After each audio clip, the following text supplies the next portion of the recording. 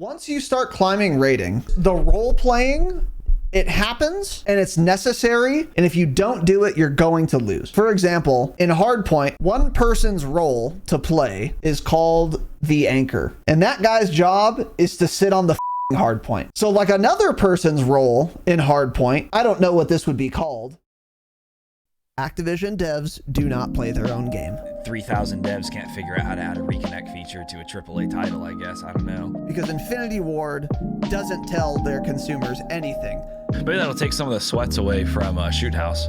You can cope about that for sure. Thanks for tweeting, at least. Thanks for doing more than Infinity Ward has done. They just keep tweeting about the soccer bundles in the store. Things that are bad. We got a couple words. Why don't you kick it off, Tanner? This is going to be a longer section than the first part you guys heard. Change it, obviously, of course. We are live, boys and girls. Welcome to the Dropshot, a Call of Duty podcast, episode number 310. Fun and exciting little item on the menu today. Ranked play, of course. My name is Casey, also known as Razinon. I'm joined by young Tanner Dropshot. Hey. What is that? That's another hoodie. Okay, yeah. You wear it's something some thin for sure. hoodies. Some California hoodies, I call them. Most people don't know about the California hoodie. But there is talking about thin hoodie. That hoodie looks thin.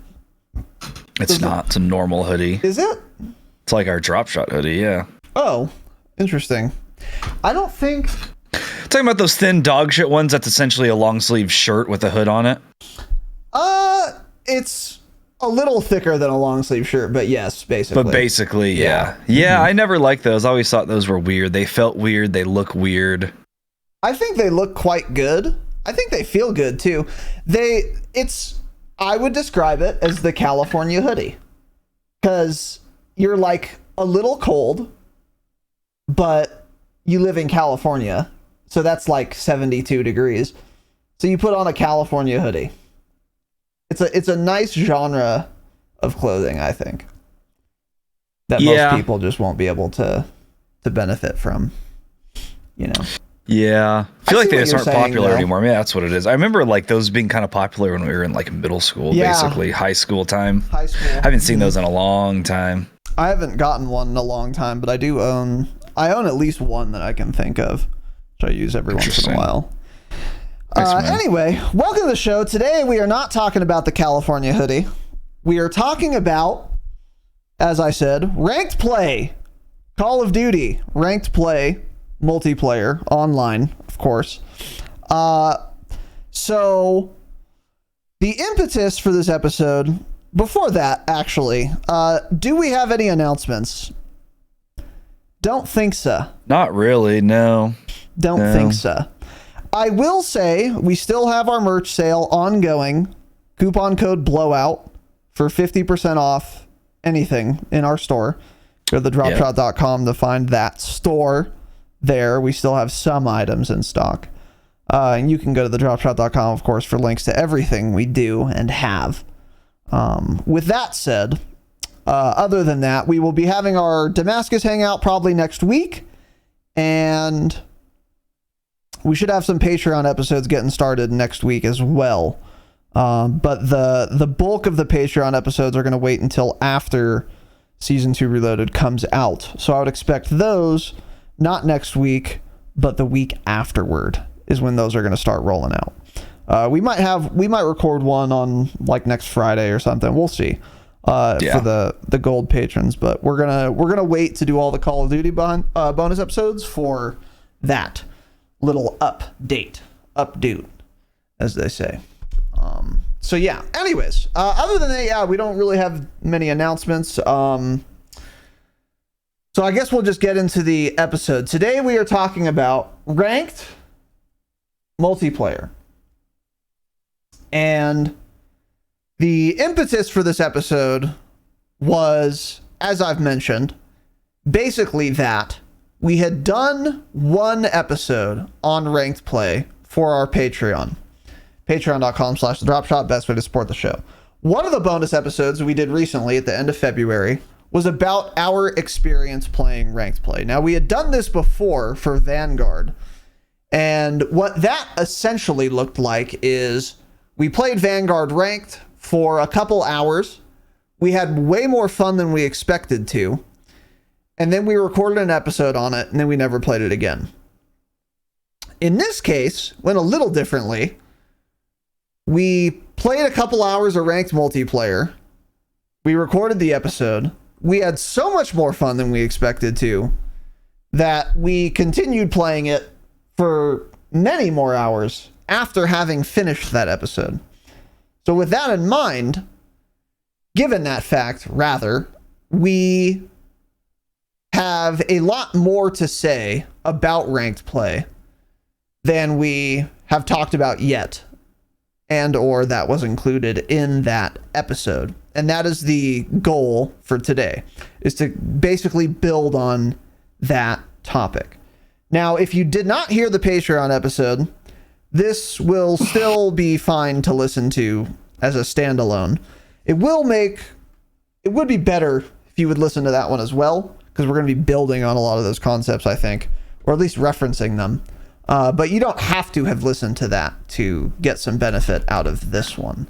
I think the biggest thing that happened that inspired this, number one, obviously, is if you just play a game mode more or expose yourself to something more, you'll have more to say about it. That's kind of obvious. But also, a big thing that happened is that we started actually climbing rating. And so the matchmaking started to actually do something.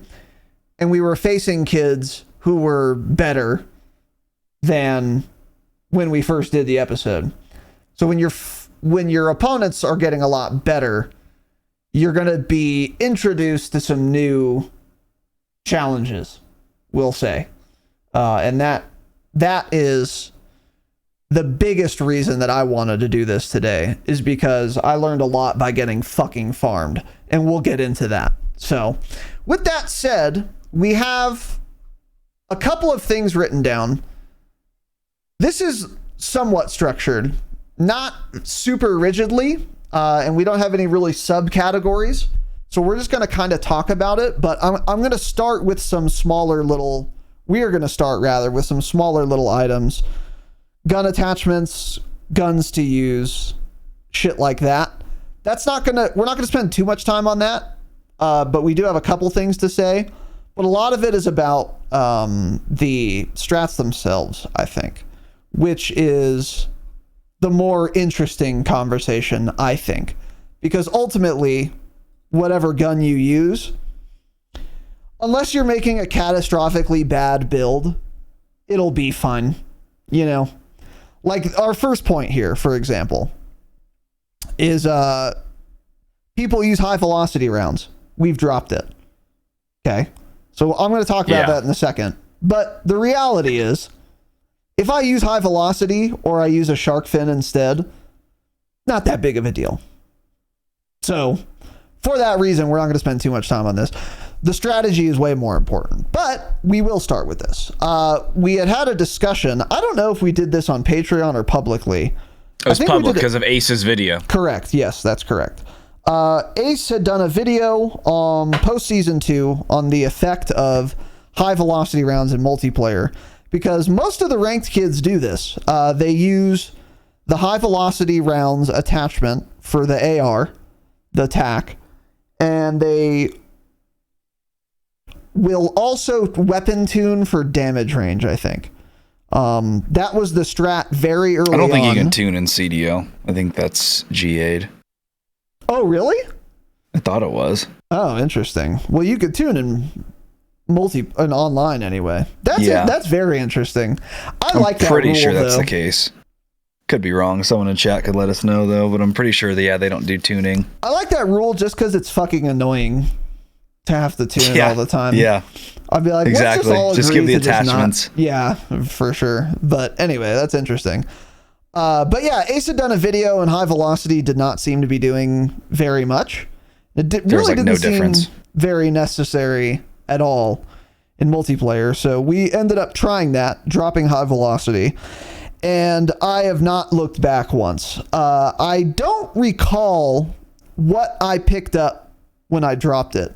I think what I did was this. For the TAC 56, since the irons aren't the best, I use a red dot instead of those high velocity rounds. I noticed no difference in velocity or hit range or damage range, and it's very helpful to have a red dot sight. Now let me add, if you're on PEDs, performance enhancing devices, left trigger and right trigger, I would not recommend you use an optic. You don't need to, especially in multiplayer. You just don't need one on a TAC 56. But if you're not on PEDs, then optics can be very helpful because you can actually lose people. So on the TAC 56, that's what I put instead. But on the Kastov 762, stay mad, kids. Online. Were you using that? Yeah. Oh, fuck yeah. A lot, dude. Half of the lobby uses it. Like every single match, someone on the other it's gotten more popular, huh? Yeah. So I'm not going to not use it. Yeah. When I'm using that, because those irons are fucking insane, I don't remember what I use instead of high velocity. I think it is, or no, it's an underbarrel. It's the Agent Grip. That's what it is. Wait, you like the Kastov 762 irons over the TAC 56? Oh, yeah. Mm-hmm. Holy shit, that is a hot take. Because they're tabbed up, dude. The AK irons, if the Russians can do one thing correctly, it is make sights out of iron for weapons that fuck. And the Kastov 762 is one of them. Just a nice, cute little tab. Wow, that is a hot take, man. I feel like most people would not agree with. Oh, fuck yeah. That's very The Kastov has awful irons. No, I like them a lot. That's so much worse. If you're taking a gunfight at 30 meters, you fire one bullet, you don't see that guy anymore with the Kastov. Because it's completely hidden. Whereas like the TAC, since it's a circle, you'll still see like their body and shit as you go up. Yeah, oh god, the Kastovs are so much worse. I would run an optic on that, not on the TAC though, personally. Interesting. So I find that very surprising. But the general principle stands. If you like the iron sights or you're not using PEDs, then don't bother putting a red dot on it. It's not worth it. You could put on an underbarrel instead. Tanner says here he's using the shark fin. I'm using the Agent Grip. It also helps. The Agent Grip helps with hip fire, probably. No, it's maybe it does, but that's not why I took it. Beyond the shark fin, I think it gives you aiming stability. And the downside is fuck. Well, that's what the shark fin is, so it's not that. Yeah, it's something else. Yeah, I don't know why you're running. It gives you hit fire accuracy and aiming stability, and that's it. And then the con is walking speed. Oh, that's and why. Also yeah. probably so ADS it's just speed. Extra. So theoretically, what it's doing is it's doing the same thing as the shark fin, except it's adding extra aiming stability, which is extra recoil control. And the only downside is slower walking speed. Now, I'm never walking, really, especially with an AR. I'm like either ADSing or I'm sprinting somewhere.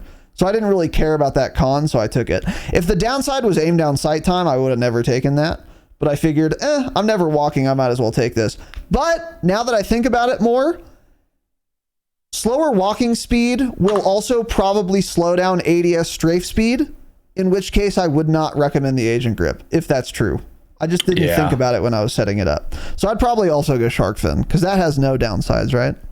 Yeah, shark fin, it doesn't help a whole lot, but it doesn't have any downsides. That's the biggest thing. So you're getting better aiming stability, which the guns in this game too have entirely too much sway when you're aiming down sight, entirely too much. It's actually ridiculous. That's been one thing we hated since the beta. That never changed, of course, but there's so much sway when you're aiming a gun.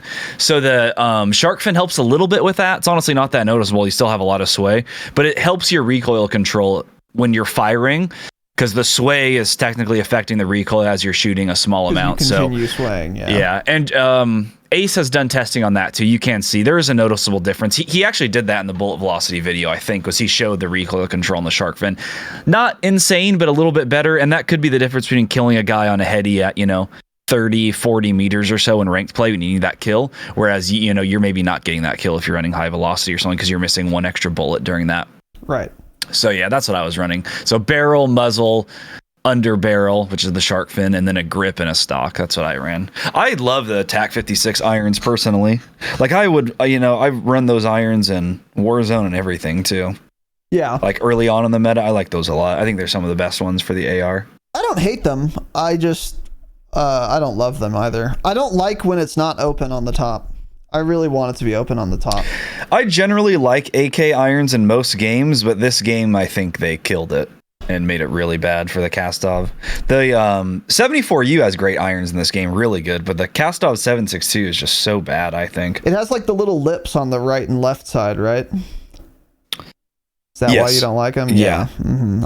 I get that. I understand. I don't know. It just feels weird. Like it sits really low or something. I don't know. Something's weird about it. Interesting. I think even your boy Sim, he runs an optics, doesn't he, on that?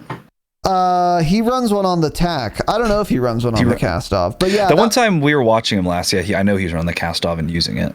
This was going to be my next point because some of you might be listening and you're like ranked players and CDL watchers and stuff, and everyone you watch uses high velocity. So you're thinking, I don't care about any of these points because if this was a good argument, then like my favorite ranked play top 250 wall hacking streamer wouldn't be running it, which is fair because I feel the same way. Like if I'm listening to some podcast and they say to do something that none of the good players do, I would be very skeptical also. That's fair. To hedge that a little bit, I'll tell you this. Symphony doesn't run high velocity rounds, and he's approaching top 250. He's iridescent. He's his SR is like whatever, I don't know, 17,000, and top 250 is like 19,000. So he's really good, and he doesn't run high velocity on his ARs. So it's not like every single really good player runs it. So that can maybe lend some more credibility or credence to this thought process.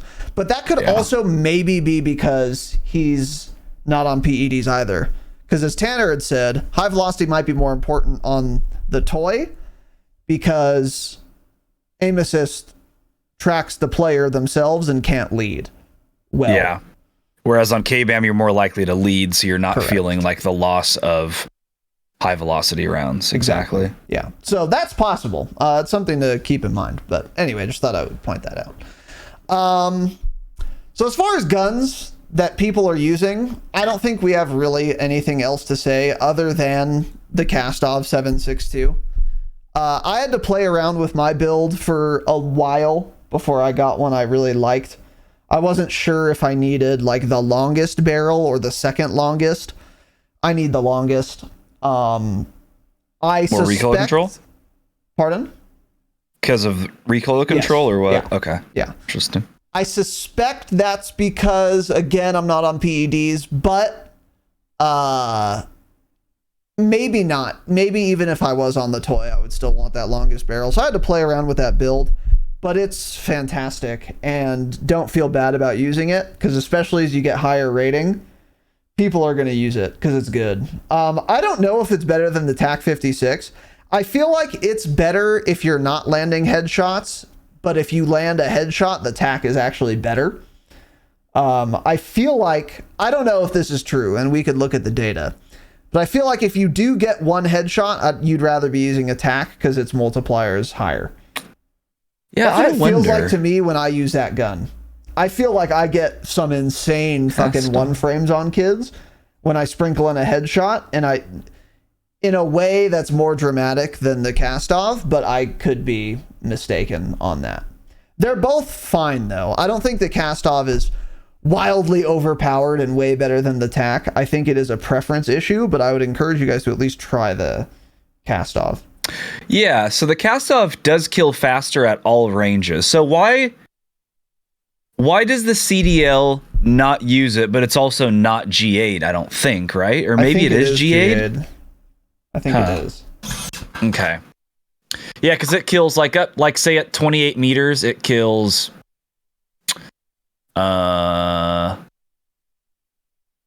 like 60 milliseconds faster, basically. It's pretty big. It's faster at all ranges.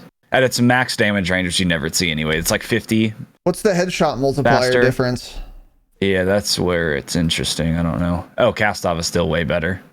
Yeah, it actually gets even better. So yeah, I don't. Oh, that's weird. Then yeah, I don't you guys know. should all be using a cast off in that case. Yeah, I don't know. If you're just playing ranked play and you're not like you're not pretending to be scump out here or something, then yeah, I think you should use the cast off. I've actually never tried it. I have not tried it in ranked play at all. Yeah, you should.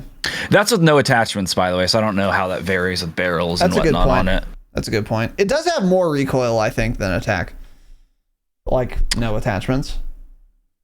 Not much more, but it feels like it has some more. But anyway, I don't know. I don't think it's like, again, I've used them both a lot.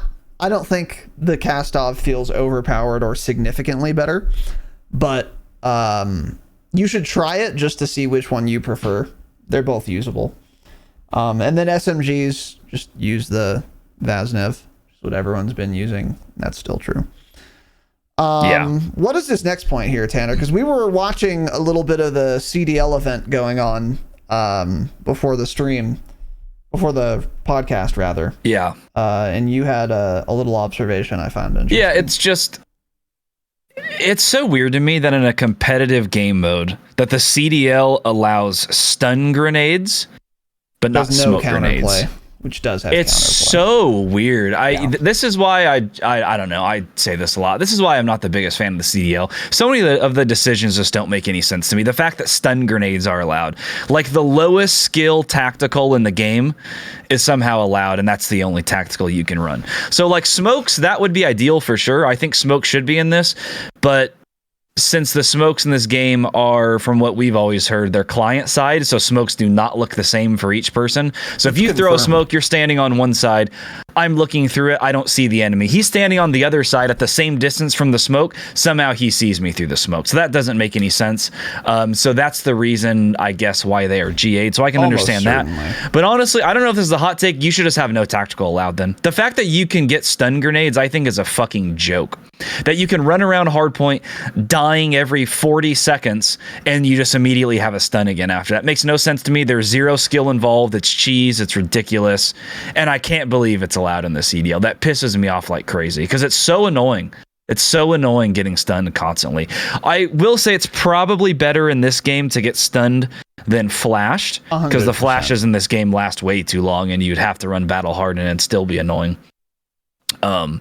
That's another thing that's better about Battlefield, by the way, is they have that setting where you can choose it to be black or white. I would rather my screen go black when I get flashed than fucking blinded by white. A lot of games do that now. COD doesn't, of course, but that's pretty cool. Yeah. But yeah, it's just seriously, why are we even running tacticals? I don't know. I mean, maybe you need it for this game because the time to kill is so fast, so it's like the only outplay you can get is throw a stun in the room. I guess you can make that argument, but it's just frustrating and no skill cheese, in my opinion. I don't think they belong in a ranked play, let alone the fucking Call of Duty League at all, in my opinion. That, I think, is one of the really big advantages of the Pick 10 system, actually, that people kind of forget about. Back in fucking BO4, in the Pick 10 system, I almost never ran a tactical because that's one of the 10 Pick 10 slots. So if that was the case, I never watched ranked BO4, so I don't know how it worked in that with those restrictions. But it would be cool if we were on a Pick 10 system and then you had to choose, do I want a stun or do I want no tacticals at all? Instead, I can get another stock for my gun or whatever. That would be really cool. But like you said, without the Pick 10 system, we're in a situation where you're playing hardpoint in a competitive game mode and you have a stun every 20 seconds because you're dying, you're spawning, throwing one, dying, you get a free one again when you respawn. It's silly. It's very silly. And not having smokes is, I think, even the even bigger issue, because like stuns, the skill gap surrounding playing with stuns is very small. I mean, don't stun yourself, especially in the CDL game modes where there's an objective. Hey, you throw the stun on the point. Like that, there's no skill involved other than not dying to throw it, I guess, or like being able to bank shot it or something. But the skill gap there, if there is one, is very small. Whereas with smoke grenades, huge skill gap potential. You can throw a smoke to actually rotate. You can throw a smoke to bait. You can throw a smoke to confuse. You can throw a smoke to like get to do all kinds of crazy shit, you know? Yeah. And the only reason I can think that they took it out is because smokes are client side actually, and they didn't want to deal with the inconsistencies there. Yeah. Where the fucking championship game ends because some guy is standing in smoke thinking he's not visible because the smoke is all over his screen. And then he watches his kill cam while the guy who killed him is fucking crying and hoisting up the cup. And the kill cam, the guy is there's no smoke on that guy's screen at all. And you're like, oh, okay. The smokes aren't server side because Activision devs don't play their own game or know anything. And that is why I just lost the CDL major or championship. Or that's why I just lost $100,000. Yeah. So that's cool. And so they just didn't want to deal with that. And that's why smokes aren't allowed. That is not confirmed. Smokes being client side is confirmed, which is insane. They need to be server side, obviously. The reason they're not allowed is not confirmed to be because they're client side, but use your brain once. That has to be why. I can't think of another reason, because smokes are not usually disallowed in the CDL or GA'd. They're usually I think allowed, it is at correct? times. I think some games allow them, others have not. I'm trying to find an article right now. COD pros think sniper rifles are unbalanced, agree not to use them at Major 1. That was back in November. It says something about smoke here. Decided to ban snipers and smokes. It doesn't really say why. Yeah, some of the old pros were mad though. There are like tweets here from some pros that are like, no smokes in search with this time to kill. What the fuck are you guys smoking? Yeah, so they're mad at that. Yeah, exactly. Yeah, I agree with you though, because I don't know if you were there when we got farmed on Mercado one time. We were playing Search. Sure, I was. Jake, I think it was, died to a grenade off spawn three times in a row. I'm like, Jake, just wait 3 seconds. They keep throwing frags, and he just kept dying to him over and over again. And you can do the same thing with smokes. You can throw them from your spawn, 20-year-old moment, and they can land. And exactly, brain dead, chimp, Warzone player.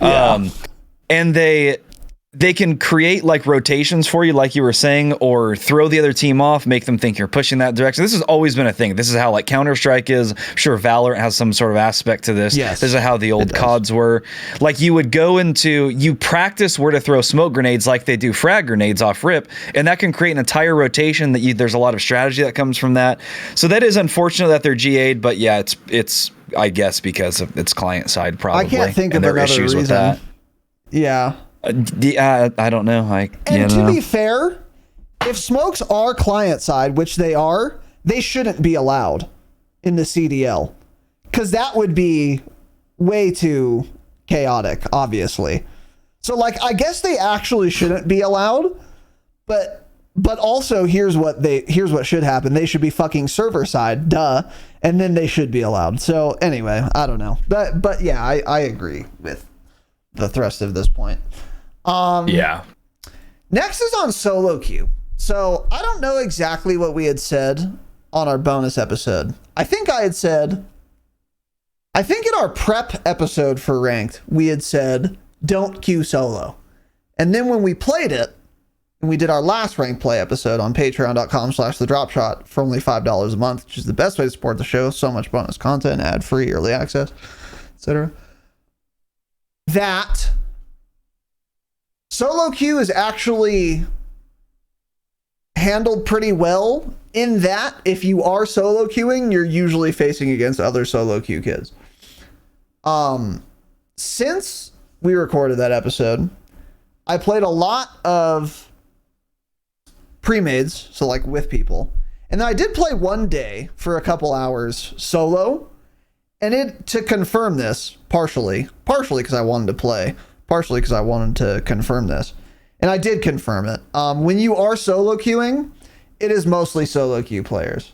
Like, really? I would have a guy on my team, and I would see him in the next game, like on the other team or whatever. So how were the comms in solo queue? The comms were decent.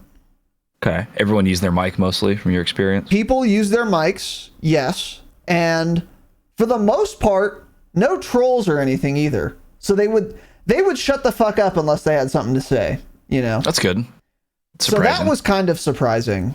And you could tell you're not facing a 4-stack and that you're facing 4 individuals pretty easily. Not because they were worse players necessarily, but because they would not have the same level of role playing. Where there isn't like an obvious anchor, or there isn't an obvious like harasser when you're solo queuing. Whereas when we were playing 4s, which is like group versus group, every match toward the end of our grind up till now, there is someone who is the designated like harasser, which I'm going to get into in a second. Are you? And like that situation just didn't happen in solo queue because everyone was kind of like trying to play the objective basically. So I will say solo queuing is viable for sure. It's still better to queue with 4 people, but it's not that big of a deal to queue solo if you want to grind rating. It's absolutely doable. But you will also have the solo queue problems. I mean, one time there was some guy who had like 10% packet loss on our team, and we only lost because of that, actually. He went 0-9 in... Did he say that? Was he talking about it or something? Mm-hmm. That sucks. And we even saw his, like, the final kill cam when he was the final guy to die. Because I'd be spectating him, and then I'd see the kill cam, and I'd be like, oh, those were different things. Like, he's not lying. Like, he's actually experiencing packet loss. That sucks, yeah. He's just restarted his game and joined the lobby back. Oh, wait. Never mind. Yeah, can't do that. Oh, fuck. Yeah. AAA dev. 4,000 devs. Yep. AAA studio. So, and then we lost that match, unsurprisingly. So, like, there will be those issues, so it's better to queue with your team, with your boys, obviously. But solo queuing is definitely viable. More viable than even we talked about last time, so I just wanted to point that out there. You got to think too, once you get up probably just even into like gold, people solo queuing, they want to do well and they just simply probably have no friends. So most of them are probably going to be actually playing seriously. Yeah. I'm sure like your first matches when you're in like bronze and shit, people are just trying it out. They're probably going to be awful, trolling, stupid. But once you just level up, get into like, probably gold or something. I'm sure that changes a lot. And people queuing solo do want to play well and actually win if they're willing to do that. If you're willing to solo queue ranked play, then you want to do well and win and expect to. So I think that would probably be a pretty good experience in general, or fine. But yeah, playing with other players, it may honestly be harder queuing with other players because then you're going to get put against other 3 or 4 stacks that are insane. But regardless, that's like always going to be more fun playing with friends than playing by yourself. Yeah, that is the other point, which is what I had said in our last episode, which I'm doubling down on now. You're probably going to do better playing with your friends if they are as good or better than you. But if you're playing with your friends and they're like markedly worse than you are going to lose way more often with them than you will just queuing solo, actually. Yeah. So keep that in mind too. Like and to me, if you're not grinding top 250, who cares? Because it's more fun to play with your friends. So I'm always going to do that if I can. Over solo queue, of course. But if you're like really serious about your rating and your only friends are like way worse than you, you're going to lose way more games as a result of that, because you're going to be in your same elo bracket. The teams you're playing against are going to be better than if you were solo queue, and your teammates are going to be worse than if you were solo queue. So you are going to have a very rough time. So there's another thing to consider. But Anyway. Yeah. What do we got next here, buddy? Next up, where are we? Oh yeah, so we talked about this a lot on Patreon. We always felt like the lobbies it put you in often didn't make sense. When we were bronze, we were playing against one platinum and golds all the time. It was, you never play a match in your skill division, and that stands true still. We played more. There was one match where all of us were gold or diamond, and we played a 4-stack of bronze players that were all level 1. Yeah, platinum. That were all level 1 or 2. And yes, I know there's the bug. I don't know if they fixed it yet. Going around where everyone shows up as level 1 bronze. This was not the case because they were like level 1s, level 2s, and all of us saw that. No one had the bug. Or not all of us had that bug. So we played an entire match when we were golds and platinums against 4 bronze players. Why? Yeah. You're telling me there's no one else queuing that's closer to our skill division at that time? I find that hard to believe. So the actual matchmaking system does seem absolutely terrible at times. And that's probably just the way it is until you get into Diamond or Crimson, whenever it is that you can no longer queue with players below that rank. I'm sure then obviously that balances out. But Bronze to Platinums just seems like a clusterfuck, and you get matched with whoever is queuing at the time. And it tries its best, but it doesn't do a very good job, it seems. Because that happens all the time. Other games like Counter-Strike I played in the past, you only play against your rank, or maybe there's one guy on the other team of 5 that's one rank higher. That's it. But the fact that like this is you're consistently playing with people that are 2 ranks away from you does not make any sense in a ranked mode at all. And it seems to be plenty of people playing to match up against. So I don't know. That's a little stupid in my opinion. It kind of defeats the purpose of a ranked play when you're playing against either people that are a way higher rank than you or people that are a lot worse than you. Yeah. I would say this got better as we started ranking up. It got like more consistent, but not consistent enough to where it would make sense. Yeah. That would be my observation. But also from watching streams and shit, like Tanner said, once you're like very high rank, this never happens. Symphony's games are always 4 iridescent players versus 4 iridescent players. Every single time. Of course. Yeah, that makes sense. What were you going to say? I guess this could be the fault of not having placement matches. So maybe those bronze guys had a really good first few games and they thought they were insane, so they tried to match them with someone higher to try to determine if kind of what rank they were, and then we just we destroyed them. They were burger bots. But maybe they played really bad players early on and did well, so it's like, oh, let's see how good they are, let's put them against a higher SR squad, and that's just not the case. But that's the way it is when there's no placement matches in ranked. Yeah. Mm-hmm. Yeah, that's probably that you're probably right. That probably is what happened. Their hidden MMR was similar to your guys's. And since there's no placement matches, they could have the highest hidden MMR in the world and they'd still be bronze 1s. So that's probably what happened there, if I had to guess. That would make the most sense anyway, but yeah.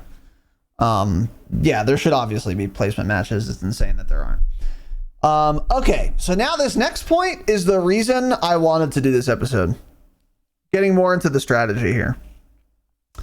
And this is, again, like the biggest difference between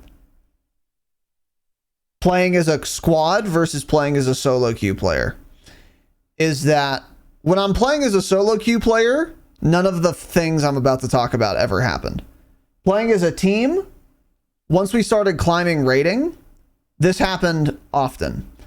And the biggest observation from me, the biggest thing I've learned since our last recording on ranked play, is that once you start climbing rating, the role playing it happens and it's necessary, and if you don't do it, you're going to lose. So what do I mean by role playing?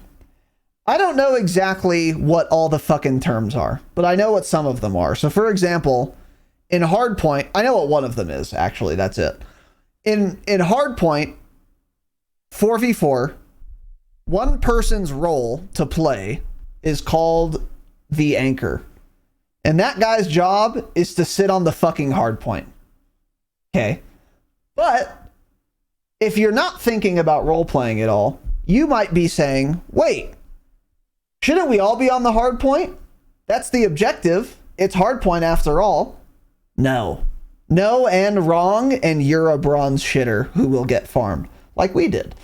So like another person's role in hardpoint, I don't know what this would be called, and if you're a CDL fucking nerd, you can tell me in the chat what the names of these things are.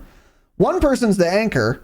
The other guy is the face fucker. That's his role. I don't know what it's actually called, but here's what happened to us. Here's where I noticed this immediately. You only need one person on the hard point. So it makes sense there's only one anchor. There should only be one person like literally on the point so that when 8 semtex and stuns come through, only one person dies instead of all 4 of you. So another person, his job is going to be to face fuck. And this is what happened to us. And it was like so glaringly obvious what was happening that it immediately made me recognize this and want to talk about it. We were playing 4v4 on hardpoint on Embassy. So we were in a group and they were in a group. And again, this would not happen in solo queue unless I was maybe way higher rating. Then I think even in solo queue people play roles, but not at my elo. And regularly there would be one dude, and it was always the same dude, who would be on the second story of the biggest building that exists on Embassy, looking out of a window, killing us as we ran to the point or to the next point, and just repeatedly farming us. And this was not happening early on, because early on, like, everyone's like going to the hard point, and maybe there's a guy in the window once in a while, but not this game. This guy's job was to fuck my face from that window. And then when the points would go to the other side, he would still be in the same building and still be on the second floor, but he'd run across the building to the other window and then fuck our faces as we tried to go to that point or the next point, wherever that was. And he must have killed me in that game 6 times from the window. And I even knew he was there, like, once after I died fucking 3 times. But he's a good player and he's smart. He knows where the point is. He knows where the next point is. He knows where I'm likely to spawn, and he knows where I'm likely to want to go. So every time I would peek him, he was pre-aiming it, because he's an aware, studious ranked player that understands what the rotations are, what the spawns are, and where I'm likely to be. And even if I know he's up there in the window, I don't know pixel perfect where he is. Whereas when he was pre-aiming me, he's like, there's going to be some guy that comes out of this doorway. So the kill cam was always the same. He's ADS'd exactly where I'm going to be. And then I come out, and then he's on PDs. And then I'm just instantly fucking dead. And that was the first game where I was like, okay, we need to start doing this goofy role-playing shit. Because that guy won that game for him. We lost that game, by the way. And it was also pretty close. We were on a nice little comeback. We ended up losing like 180 to 250. And that sounds kind of big. But that's only because we lost like 1 point. And we lost it because that guy, the role he was playing was face fucker. And he was just fucking our faces as we tried to rotate to the next point. And we did not have anyone doing that. We didn't have a designated guy picking people off as they tried to rotate. That was the first like super fucking obvious example of like, not everyone needs to be on the point. Not everyone needs to be looking directly at the point. That guy was actually pretty far off point a lot of times doing that, but it still contributed tremendously, almost exclusively to them winning that game, actually. Do you remember this game specifically? I think the guy's name was like Basilius or something. Yeah, I think they shit talked us after as well. I'm sure they did, yeah. Yeah. And we deserved it. Yeah, Embassy is for sure one of those ones that if they have like those windows held down, you just can't rotate. And I think that was why, because we kept spawning like kitchen side, and he would be in that window somewhere holding an angle, and we couldn't even cross over to the hard point, so they got like the full minute on the hard point. Basically, because we couldn't even get over there. And that was happening a lot, yeah. Yeah, those guys were farming us. They just end up knowing. Yeah, he's obviously like a CDL watcher and really knows like where we're spawning, where we're probably going to be going, you know, all that shit. Yeah. Mm-hmm. And then another time this happened also on a similar vein is this actually happened when I was solo queuing, surprisingly, but it was Control on a CeeLo, and he was doing well the whole match, but what the particular instance I'm thinking of is I was attacking and he was defending. And normally, up until this point, when people were defending Control, they were almost always behind the objective. So it's defender spawn, objectives, attacker spawn. And 99%, 100% of the time, up until that point, the defenders would be somewhere between their spawn and A and B. They would never be beyond A and B, in between objectives and my spawn.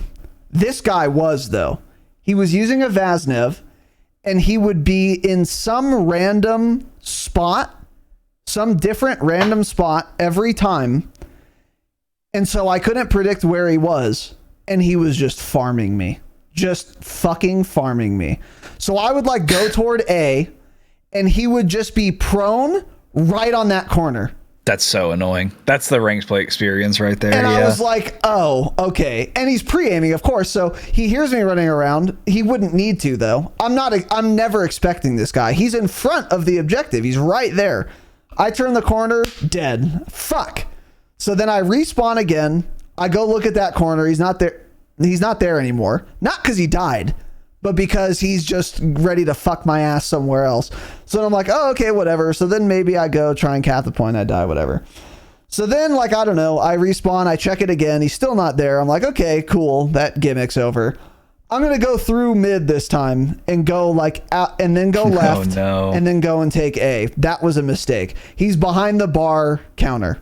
Yeah. Waiting for me. Fucks my ass. Cool. I respawn. I'm seething now.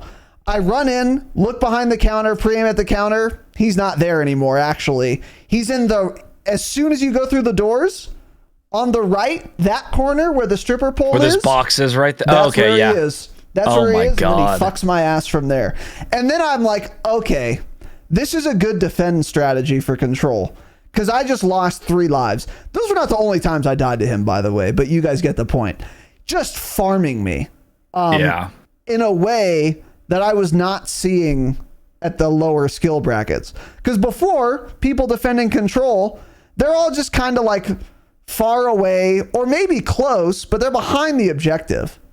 They're obvious spots. Yeah, they're in like pretty obvious spots. This guy was not. And he just farmed not only me, he got so many lives off of us by the time we maybe capped something, it didn't matter. It was like 20 lives to 7. And I was like, okay, once again, this is someone playing a role who is getting wins, not directly by playing the objective. You know what I mean? In the same way that the other guy camping the hard point. He's not on the hard point. He's not even close to it. But he's still winning hard point because of that. And this is the same thing.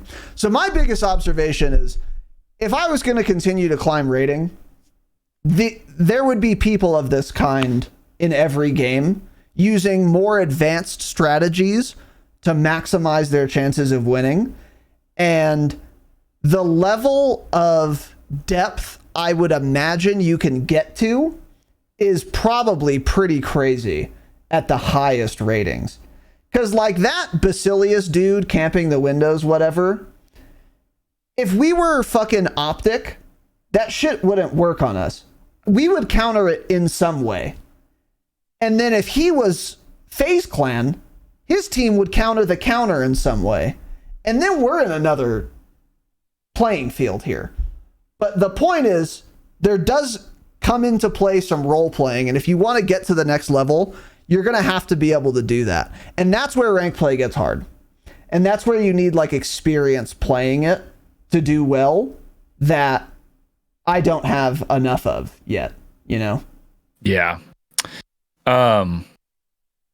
Yeah, and that's, I mean, we saw that when we were watching the CDL, not the tournament, the highlights for 45 minutes before we started the pod, because they don't ever play matches. It's just highlights all weekend. Yeah.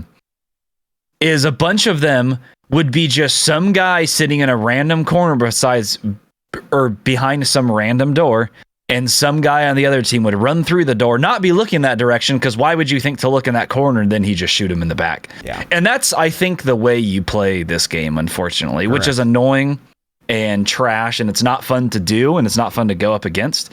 We had said this early on. You want to do well in ranked play?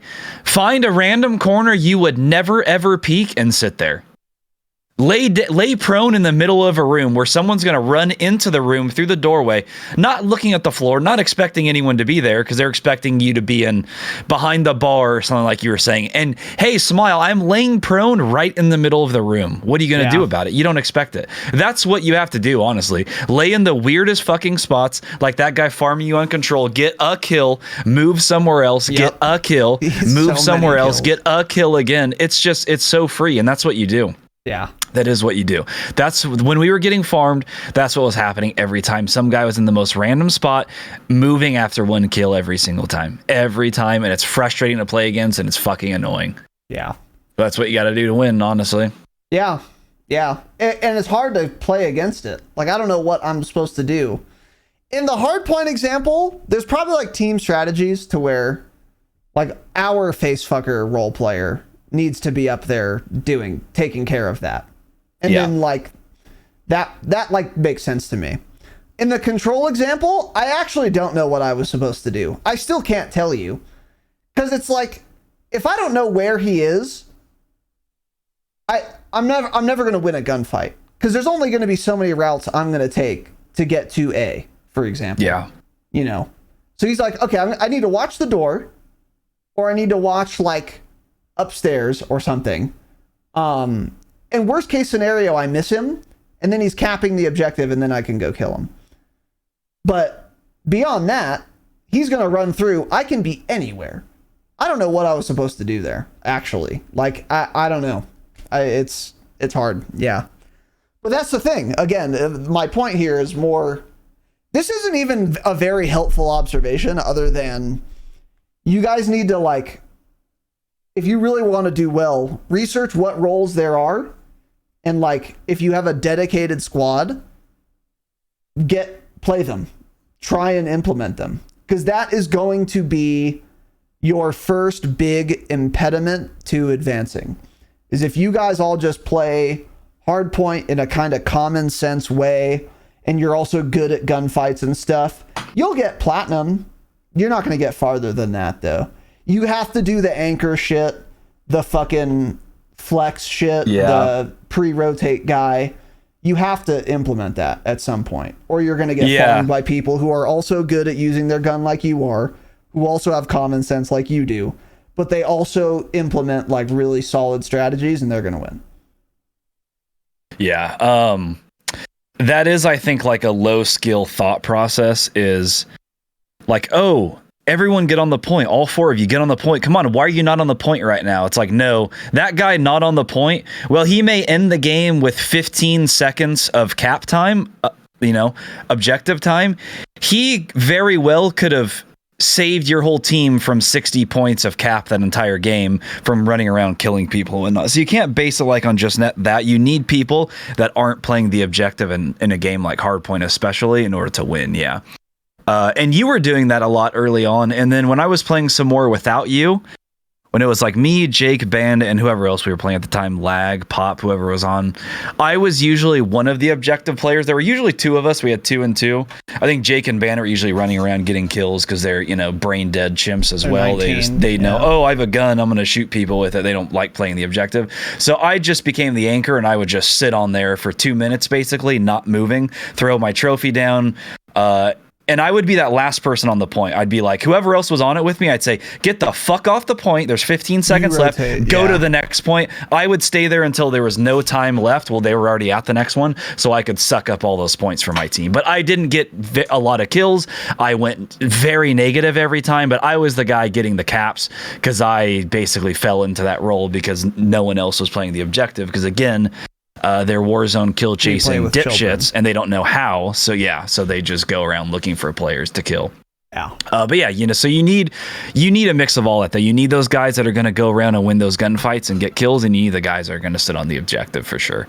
I think you need 2 and 2. I think you need more than one guy on the hard point because you lose. They push in and they kill that one guy off the hard point. See ya. Then there's 3 or 4 of them in there. They control the whole thing. Yeah. Yeah. And then you need one guy sitting in random corners, rotating random directions, not very close to the point. Yes. Yeah. And then, moving on to kind of what I just say, you will get farmed the most in hardpoint.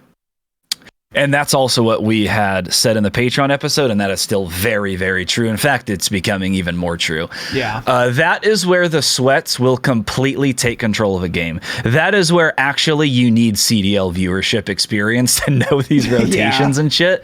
Yeah. This happened to us on Mercado. I think we lost. That was when I was playing with Bandit, Jake, and I think Pop. That was the last day I played ranked. That was the last time I played ranked play, actually, because it was so frustrating because we lost 4 matches in a row, and this was one of them. Mercado, I think we lost 30 to 250. It was insane. We've never been farmed that much. And here's the thing. You guys are all good players, by the way. They were not close to being the best players in terms of gunplay that we played against at all. They were not doing anything flashy whatsoever. What were they doing? They rotated early. They knew the spawns. They sat in random corners, and that's what you do. See, you would never know where they're going to be. I would get killed from some random corner. I would say, oh shit, this guy's sitting in this corner by the planter. He's over there. Watch out. My teammates would go in. They'd get killed to him. He's up on the left now. Yeah. There's no way to know where he's going next. So it's just they were farming us. They were holding angles in some weird spot. So we'd run around a corner. Their PED would just farm me. 3 bulleted. I'm dead. 0 reaction time because I can't do anything. And there's just nothing we could do at all. And it's because they rotated early and got to the objective. And they were smart players. They weren't necessarily like those skilled, flashy players that we've gone up against as well plenty of times in ranked play and Warzone and shit. They're like the recon win chasers of Warzone. That's what they are. They're not at all flashy, but they're all in all, you get farmed to them harder because they know how to win. And that's what these guys are doing to us constantly. Not flashy, holding angles, sitting in corners that fucking farmed us. And I think that's what you have to do. Yeah. And they would only have, 2 guys on the point or something like that. They would always have 2 trophy systems down and then one other guy completely behind us, some random spot. I think trying to figure out where we'd spawn, one guy holding down mid. You just could not rotate anywhere. It was the most frustrating game of ranked play we've had by far. Oddly enough, I think we do a lot better in control and search, which were the 2 modes that I thought and probably you thought we would get farmed in the most, but you don't. Correct. Because at least at least in our skill divisions, there was far less strategy and search than I imagined there would be. There's none actually. It's either you go A or you go B and you plant or defend, and you seem to do pretty well. There isn't much search strategy actually. No, it's rush A or one guy go B. Everyone else go A. There's not a lot of strategy. That obviously changes a lot when you get into top 250, iridescent, crimson, I'm sure. But lower skill divisions, search is actually it's 4v4 TDM essentially. Yeah. And some maps it's just so easy to get the bomb down. Other maps it's nearly impossible to get the bomb down. So you basically just look for people to kill. But hardpoint is where good players that watch the CDL and know rotation, spawns, they have all the hills down. They know where the next one's going to be. They know where they should be standing to force your team to spawn a different place. That is where the good players will absolutely farm you and you will get shit on constantly. So if you're getting shit on in hardpoint, that was my favorite game mode. In normal multiplayer, that's always been my favorite game mode. Not in ranked. It's easily my least favorite. I would rather play control and search because I feel like we just do better on those. And I think it's because we don't have that CDL strategy and the rotations down and, the routes we should take from this hill to this hill and how many people should leave and at what time. There's a lot of things that go into it, more than I thought there were. So Yeah, we were getting farmed in hardpoint, and that's easily still my least favorite game mode now for ranked. Yeah, and we kind of did talk about that a little bit on our last Patreon episode. And the point I had made was like, yeah, the reason is because we don't know where all the points are and in what order. That's not the only reason. Because now I do. Like, I know where all the points are in hardpoint, and that helps. You need that, obviously. Mm-hmm. But there's so much more strategy that we are still obviously missing. And that is not the only deficit we have. And I do think there is the most strategy in hardpoint. Second is control. The least is search, actually. Yeah. I think respawn game modes require more strat than search, which is totally counter to what I was expecting. But when you think about it, it does kind of make sense.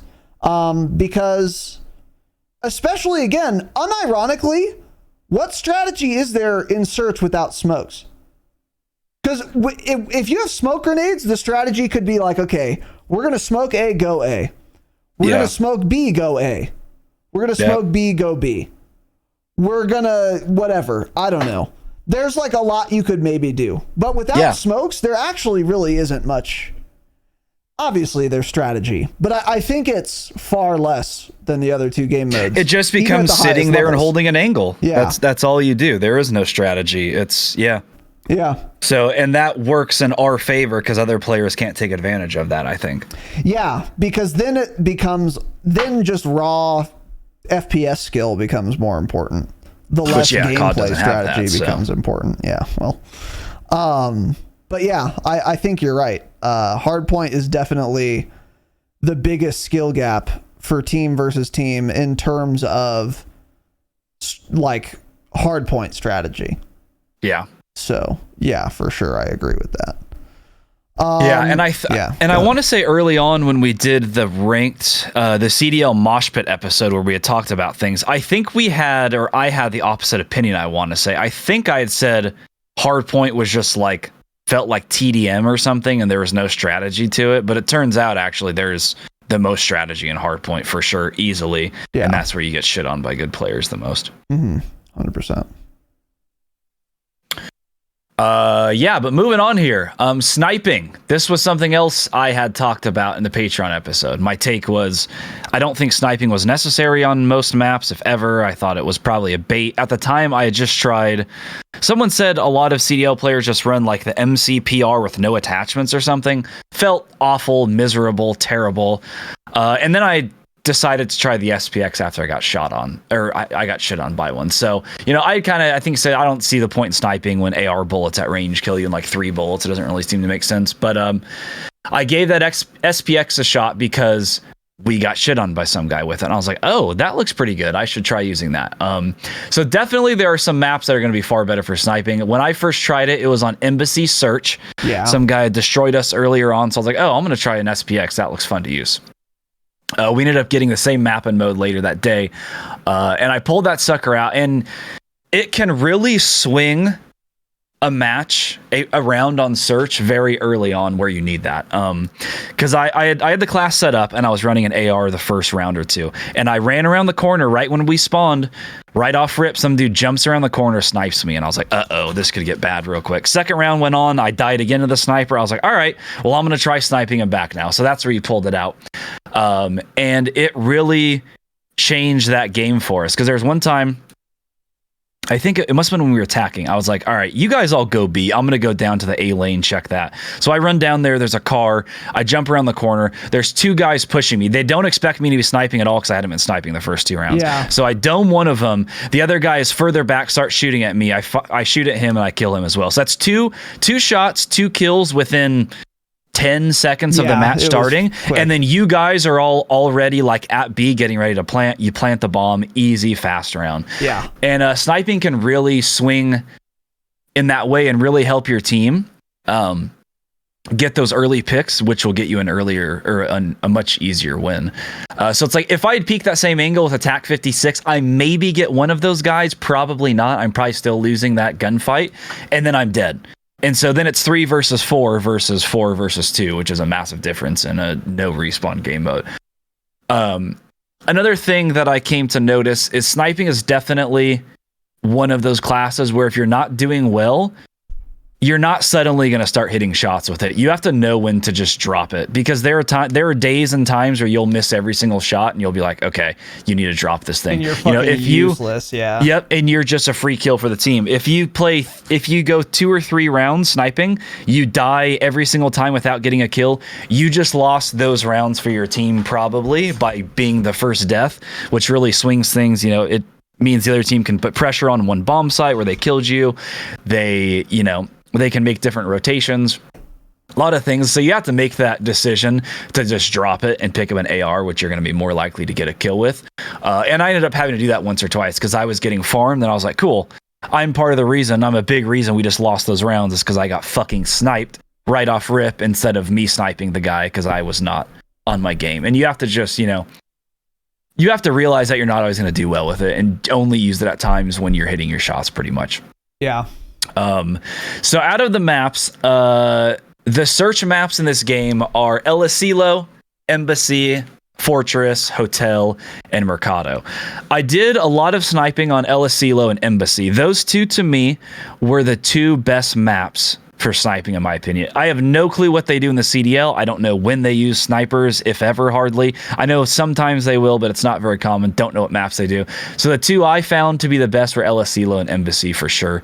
I tried it on Mercado as well, but if no one's peeking mid, there's not a lane to watch with a sniper, and it's a waste. And I tried that one time, and no one would ever come mid, so I'm like, all right, well, I guess I'm just done sniping. Because what you have to hope for is someone peeks their spawn, that middle box, and you can get an easy kill on him. If no one does that, if no one rotates on search through mid at all, then there's no reason to snipe on that map. That makes a lot of sense, actually. Yeah. Because I feel like Mercado sniping would be really good if they're going mid. But if they're not, it's just like a 3v4 now. Yeah, because you're not going to snipe anywhere but mid. Yeah, you got nothing. Yeah, you're not going to hit any shots at A or B pretty much. Yeah, other than people rotating between the 2 at mid, which just was not happening. So, I feel like Hotel would probably be the worst of all of those to snipe on and search. Maybe like kitchen side would actually be decent. Hotel search. Yeah. Where are the points on Hotel search? Isn't it in the kitchen and then? Dude, I feel like I've never played Hotel search. Yeah, maybe I'm thinking of Control. I swear to God, I feel like I've never played. Search on Hotel. Where is Hotel? Where are the bombs? Dude, I think this is an outdated list or something. It's the list in the game, so I would hope it's not outdated. Well, this is an Infinity Ward game. Chat, have any where of you are ever they? played Search on Hotel in ranked play? Yeah, because I'm thinking of where the control points are, which I wouldn't think would be good for sniping. Oh, no, Kitchen? we did, because that's where you defused a bomb. We have played it before. Okay, yeah. One of them is on control point A. Yes. Below window. Yeah. And I don't know where the other one is, though. Kitchen. Okay. Yeah. Yeah, so that map, that definitely stands then. That I don't think would be a good map for sniping either. And then Fortress. Fortress is probably good in theory, but again, since the Fortress would be a good map for sniping, but based on the bomb placement, I feel like it's not. But I didn't try it on there, I don't think either. So, but El Asilo and Embassy to me worked really well for that. Embassy, I think, easily was the best one. Because the bombs are outside, people don't go inside the buildings as often, where El Asilo, you can peek either lane, but a lot of times their whole 4 stack is inside the building going to the bomb site that's in there. Yeah. So then you're never going to see any of them anyway. So I think Embassy is for sure the best sniping map. That's where I did the best in general. But yeah. So it ended up working out a lot better than I thought it would. The bomb sites too on Embassy are outside on long fucking lanes. So even if they do want to go inside buildings at Embassy, at some point they got to plant the bomb, and then you have a fucking 120 meter sight line to it. So like sniping is pretty much always going to be good, or can always be good on Embassy, and that's not really the case on the other ones. Yeah, I can see that for sure. Yeah. For me, when you did snipe, you definitely won some rounds for us. And I feel like there is a place for sniping sometimes in ranked play. I have way more questions than answers with regard to sniping, though. So here are a couple of them that I have no answer to. Should you ever snipe in control? I feel like maybe El Asilo control sniping could be good. I've never seen it done. So yeah, I've never seen I don't it think done. so. I saw some guy try it once, but they were already getting farmed, so he just Hail Mary tried something and he continued to get fucking farmed. But in theory, I feel like control on El Asilo, again, the two objectives are outside, and you can get long fucking sightlines on both of those. I feel like theoretically sniping could be good there, but I don't know. I don't know if anyone ever does it, and if they do, I don't know if it's good. You just have to think, like, in control, you're inside mid a lot as well, running around getting kills. You could snipe and try to watch the hills for sure, but it's like you're not going to end up getting very many kills, which is actually very important in control. Yeah, especially the control that's on where the fucking like the electrical tower is, or whatever that big thing is right there. Yeah. The tower side is an awful lane for sniping, so it's basically only the other one would be viable. And even then, I think to get a good sight line on it, you're going to have to be kind of out in the open, and you're going to get shot easily, probably. Yeah. I don't think that's worth running. But yeah, since kills are pretty important in control as well, if you're getting 2 kills on some guy on the objective, you're not helping nearly as much as you would if you just got 8 kills in general to guys that were just roaming the map, you know? Yeah. Since you have lives in that mode. I think you're right. I think you convinced me. It's probably not good. Yeah. But then another question I have is, does whether or not you're attacking does whether you're attacking versus defending change the calculus on whether you should snipe? So we agree that sniping can be good on at minimum on Embassy for search. Sniping can be viable. Is it equally viable attacking versus defending? Is it more viable in one case or the other? Does that calculus swing in such a way that someone would be willing to snipe attacking but not defending, or vice versa? Or is it better for one versus the other, but not so much so that it's going to change whether you snipe or not? I don't know. What are your thoughts? Yeah.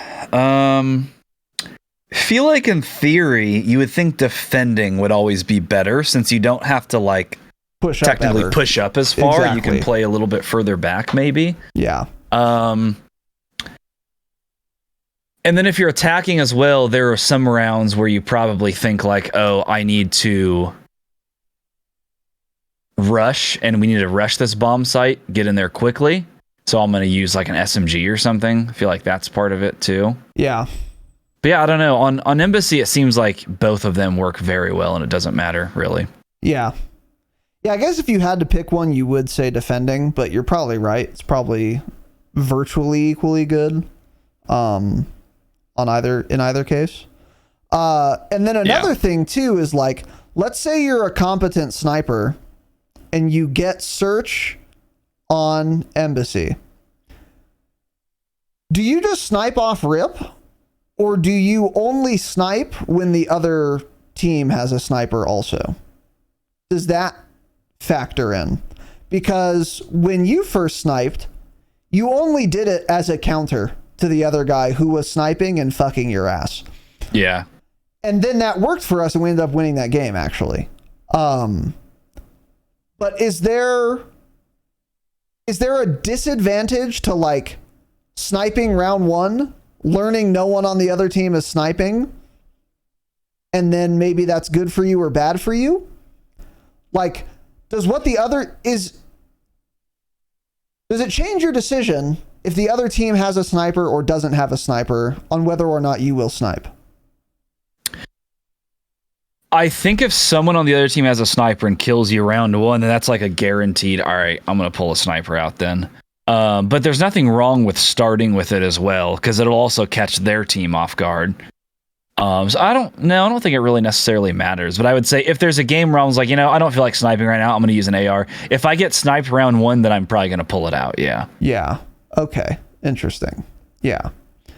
So yeah, they're I like that dimension too, because we did not see many people sniping at all. I can only remember 2 games where I saw someone snipe. No, 3 games where I saw someone sniping. 2 games of Embassy Search, and then that guy Hail Marying Control a Silo. Those are the only games I can remember where people are sniping. That might be another one of those things where you're just not going to see it until way higher rating too. That's possible. Because sniping is very high risk, high reward, especially in 4v4 rather than 5v5. It's extremely high risk, high reward. Because if you miss your first shot, it's now a 3v4. You're not like you lost. You're not, Yeah. Because now, like, if you miss, even if they don't kill you back, you like get in cover after you miss, for example. Oh, it's still a 4v4. Is it though? Because now they know you're sniping. They know where you are also. They're just not going to re-peek you unless they're fucking brain dead. In which case you were going to win that game anyway because they're shit. But if that's not the case and they're competent, they're like, oh, cool, this guy's sniping this lane. I'm never peeking it again. And then they go inside and then they're going to push you in 45 seconds at 10 meters and you're dead now. So it's like extremely high risk, high reward. But the reward is, again, like Tanner had said, Embassy Search, 2 quick picks. Huge. You can't do that with an AR. Best case scenario, that becomes a 3v3. But instead it was a 4v2 only because he was sniping. So yeah, it's an interesting little dynamic. And I think you got to be very comfortable sniping to even try it if you're actually trying to win, Yeah, so. In general, most players are going to get kills and do better just using like an AR or something, 100%. I think. Yeah, I agree. We'll save this next point for last. So 2 more things that we want to talk about here.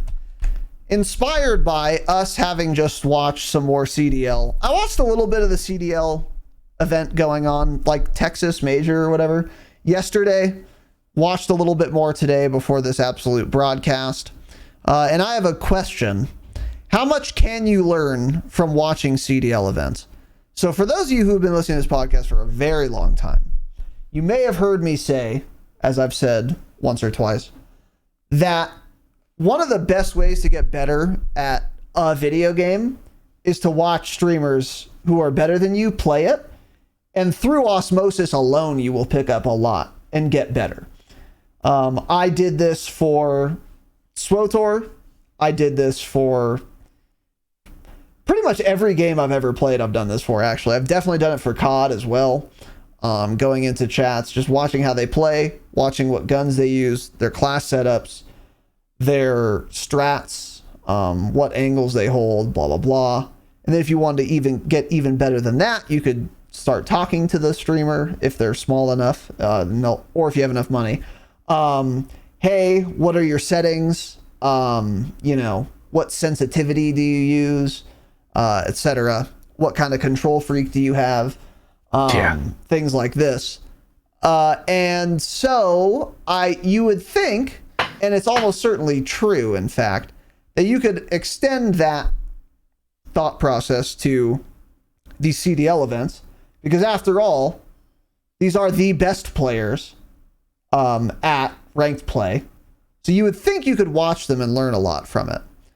However, one kind of caveat there is that when you're watching a CDL event, you're never watching one guy's POV the whole time. Yeah. And you're also never watching his downtime. So I feel like it is less than ideal, because I think if I could watch who's the guy with the beard? Slicker? No. Silker? Slasher. Okay. Slicker, yeah, Slicker. Yeah, shit. not the scammer, yeah. If I could watch the CDL event going on right now that Slasher is competing in, a current pro, and I could just watch only his point of view for the whole day, that would be way fucking better than what I end up getting, which is he's one of the 8 POVs I get in a 5-minute match. Yeah. You know? So I guess the first question is, if you wanted to watch something to improve, would you rather watch a CDL event, or would you rather watch an amateur player who's really good on ladder Twitch stream? Because the advantage there is that you're only watching one POV. You can get his settings with chat commands. You could maybe ask him questions if you wanted. But even outside of that, you're only seeing one POV. You're seeing his class setup. You're seeing what he's doing to his classes. You're seeing how he's playing in a variety of settings, game modes, maps, etc. But he's not as good as the CDL players. So would you rather watch that or the CDL players if you're like trying to get better? What do you think? Probably the Twitch streamer. Probably any Twitch streamer in the top 250 would teach you more than watching CDL. Yeah. And that's only because, constantly, because the announcers are blabbing the whole time, doing their job announcing. And they're misinforming you, it's probably. Constantly going between player POV. Yeah. So you're not going to... The best thing you could do to learn from that is when they do like the call-in where they listen to their comms for a round, which I would be very interested to see what the strategy is in general for early game control and search. See what strategy they talk about in search. See what they do in control. Because we do well in control. Couldn't tell you what the strategy is. I have no clue. Sometimes we think capping one flag all the way is the best and then leaving the other one and then pushing it. Sometimes we think capping 1 to like 2, and then once they're defending that so much, then we go to the other one and get a point or 2 on it. But I don't know, and I'd be interested to see what their strategy is for that. Mm-hmm. So I think that would teach you a lot, is listening to their comms, which you don't hear 95% of the time because it's the announcers talking. And yeah, but also, it's going to play a lot differently in the CDL than you're going to play in ranked play. Like, even when we were watching the CDL highlights before this, because the CDL doesn't actually play a tournament, they just run highlights. Correct. One team, it felt like that one match we were watching, one team has the hard point for 7 seconds, the other team clears it out, they have it for 9 seconds, the other team goes back and clears that again, they have it for 5 seconds, it gets cleared out again. It's just constant back and forth action, and that's not the way our experience is in general at lower bracket hold a point ranked 60 play. Seconds, or we lose it for 60 you have it seconds, for 40 seconds or so, and then they have it for a few in between there, or you lose it the whole time. Yeah, whereas this, it's like it's constant back and forth fighting, clearing the hill, taking it for a little bit. So I thought that was interesting as well. But that's going to be totally different to how ranked play is playing for people listening. So, and that could have just been that game. Yeah, I think watching any Twitch streamer in the top 250 or even Iridescent, you'll learn a lot more on how to play the game than just watching a CDL tournament, since it's not showing that single POV. I think you're right. I think I tend to agree with that. Like, watching a Symphony frag video is not going to teach you anything, but watching his stream for 30 minutes, you'll learn a lot more. Exactly. And that's what the CDL is, just showing some guy get 3 kills, go to the next POV, showing him get 2 kills on the point. It doesn't show how that person led up to that point, where they rotated, if they pre-stunned, if they threw a Semtex, how they get into that area in general. So that's why you won't learn a whole lot from it. Yeah. I don't think. I think you're right. I think I tend to agree with that. The only thing I would say, though, is that you probably would still get... I think what you could get out of watching CDL that you wouldn't necessarily get from watching a Twitch streamer is learning team strats. So, like, if I watched the CDL event the whole day today, and every single time it was search fortress, all 4 attackers instantly went to A every single fucking time. Like, I wouldn't need to hear them talk about that to pick up on that trend. So if I only play ranked with my friends, where I can orchestrate a team strategy every time, you could probably pick up things like that you wouldn't necessarily pick up, but you definitely could from watching like a top 250 streamer or something. Or like, what do teams tend to do on Mercado? I don't know, control. There is no control. Whatever, hard point. Yeah. I think you could maybe learn a little bit more about what you should do as a team, and then also what other teams will tend to do, so you can predict better. That's another thing you would be able to see more from watching the CDL, since you can see both teams at the same time. But yeah, I think by and large you'd rather watch like an actual streamer or whatever. Yeah. One thing I did pick up though from watching the events today is that these guys really prioritize picking up weapons. Like they'll run either a knife or a pistol, the Nate Gibson strat, but not in the Nate Gibson way. They'll like get a kill or whatever, and then they'll just swap to their secondary, pick up the SMG. So now they have an SMG and an AR. They were doing that all the time. And I have not ever seen it yet. Not that I've watched very much. I've never seen that be relevant yet, but it definitely will be. When it's relevant, you're going to be very glad you did that. And there's a reason they do that, is because when it's relevant, they're really glad they have two primaries, essentially. That's one thing I picked up on watching the events today and yesterday. Not that I didn't know that that was a smart thing to do, but the degree to which they will go out of their way to do it was a little surprising to me. Because, like, I know you should have two primaries instead of a fucking knife, obviously. But I don't think it's that important, really, when I play ranked. So I don't usually do it. But seeing how often these kids are doing it all the time, that makes me now think, okay, they're prioritizing this a lot. I need to be doing it more. Like, there's one thing I picked up on. And then another question I have is, I wonder how different the CDL events are to the ladder. Because that's one thing that's true. Something I'm more familiar with is like World of Warcraft, for example. Nerd. Well, we're all nerds here. Watching CDL is arguably worse. When I was playing WoW and doing PvP, there's like ranked 3 versus 3. And I would watch the best players on Earth. Players who would also be in tournaments. They just weren't in a tournament at the time. They were playing online on ladder. So these are the best players ever. And they would play ranked online. And they would have compositions. They would pick skills. And they would create their class in a certain way.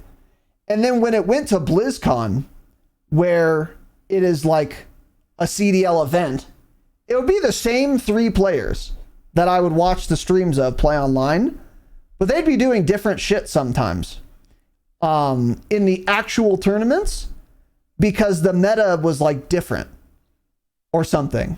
Like, for example, there would be like tank strats at BlizzCon, but no one runs tanks like on ladder. And that was very interesting to me and kind of surprising. And I wonder if the same type of thing applies to CDL versus a top 250 team versus a top 250 team on ladder online. What do you think? I doubt it. I mean, like, what would really be different? Yeah, I don't know what would be different when there's like so many like restrictions and things. There's not many options you can even, different things you can do, really. Only thing I can really think of is how often people snipe. Yeah, that would be one. Yeah. People probably snipe. Yeah, and I have no clue. I don't know how one they mode snipe than the other. Well, I don't know which is which. Yeah. Like in top 250 versus LAN. Yeah. Correct. Yeah. Yeah. I would imagine like at the tournament going on today, there will not be a whole lot of sniping going on. Mm-hmm. I think probably most teams playing through their search matches, I bet, do not snipe. But yeah, we don't know. I'm not going to watch the whole tournament, so I'm not really sure. But yeah, I feel like, because the other thing is, a lot of the people in the top 250 are literally CDL players, former CDL players. So it's probably, once you're in there, you're playing like how a LAN tournament would play pretty much. And you're stacking most of the time as well. So yeah, you're not playing with randoms. Yeah.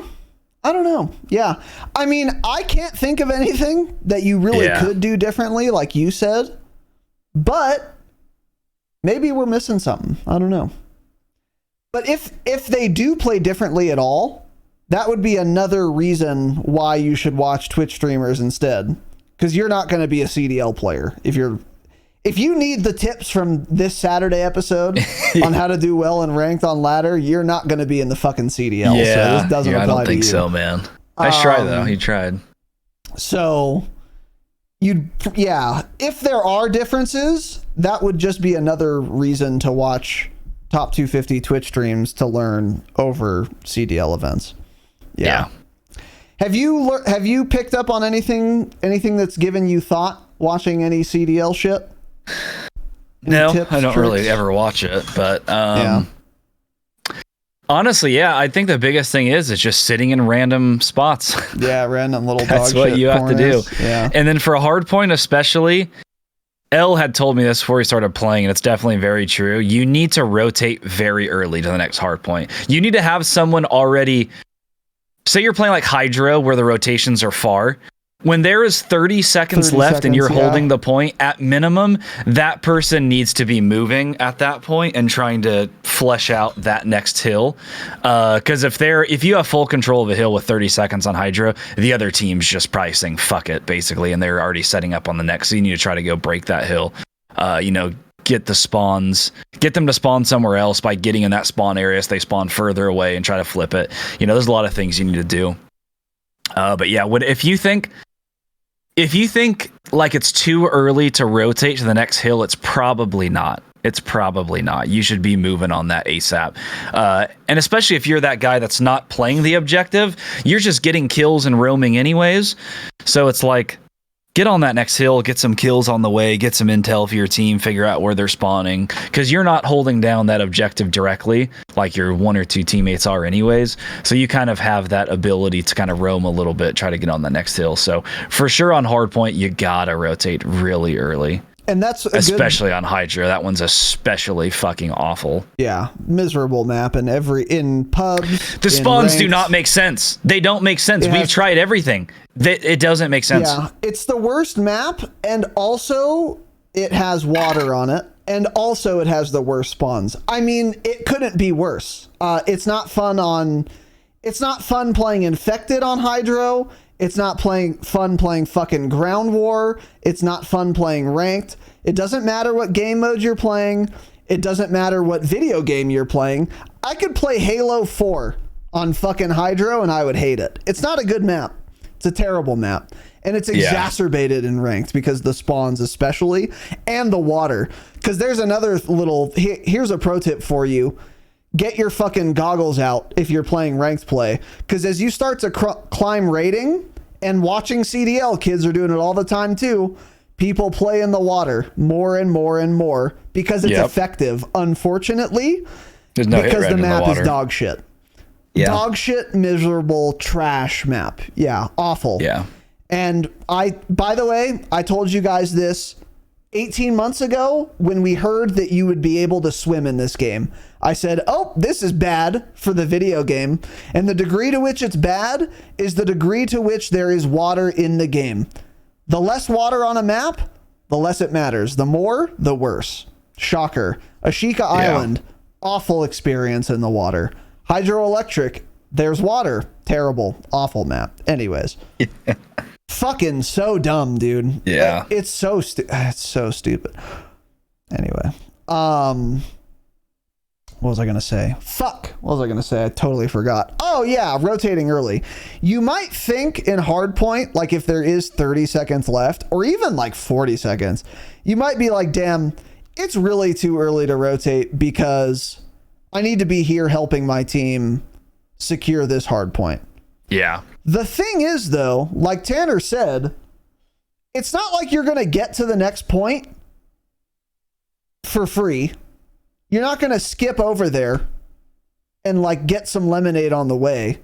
Like you're going to see other people on the way. So it's not bad to rotate early for two reasons.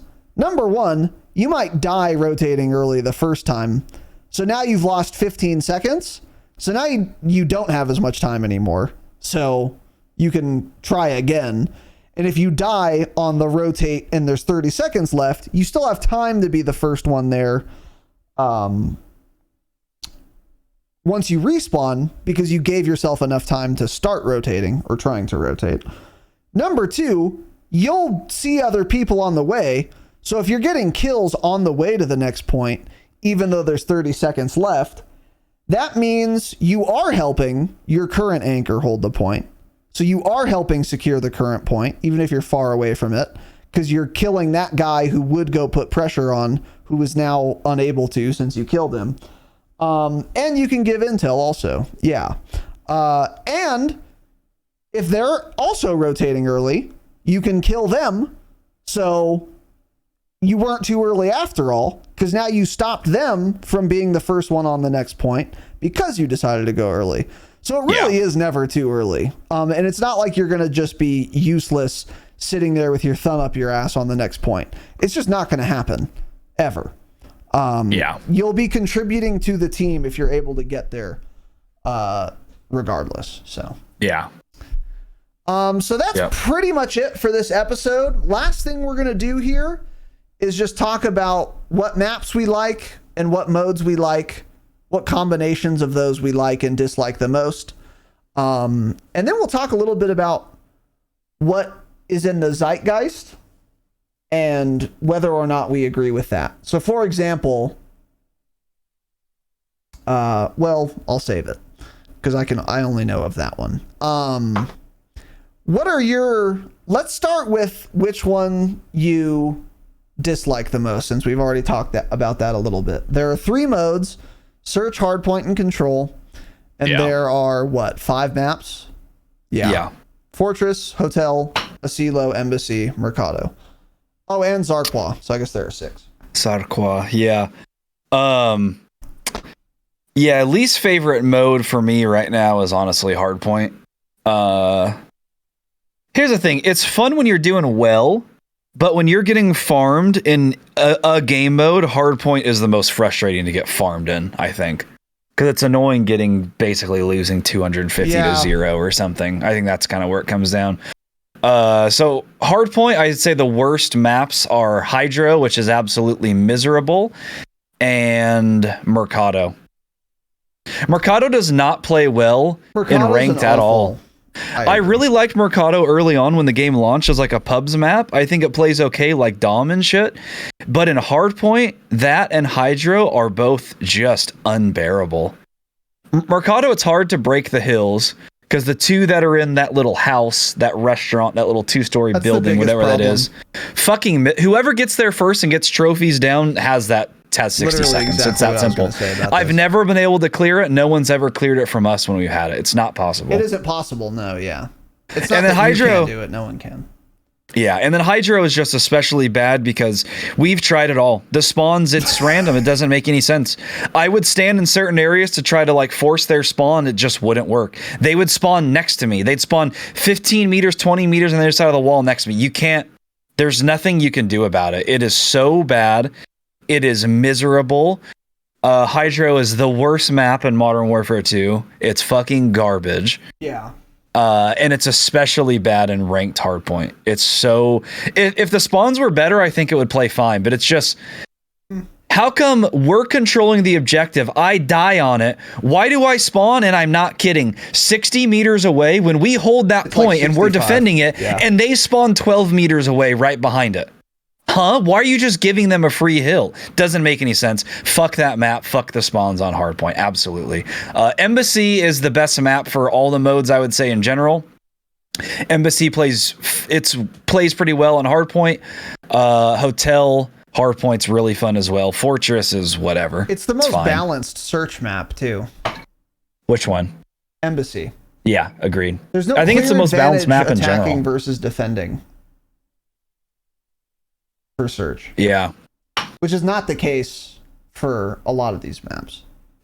Yeah. Yeah. Yep. Okay. So, dislike the most. Obviously, easily hydroelectric hardpoint. Hydro is the worst map of any map you can play, irrespective of what game mode you're playing. And also hardpoint. I mean, I don't hate hardpoint.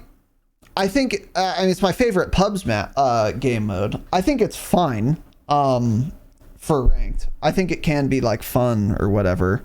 But you really are at the mercy of spawns in addition to strats. and the spawns are the worst easily on Hydro. We've actively gone out of our way once to control spawns, and it didn't matter. So someone on Twitter sent me a tweet after I talked about this. What did he fucking say? He said like, oh, the spawns are... I'm going to find the tweet. Let me find the tweet. As if this helps me. So like, I didn't fucking flame the guy because he's trying to help me. Whatever. But let me see. Let me find it. Hold on.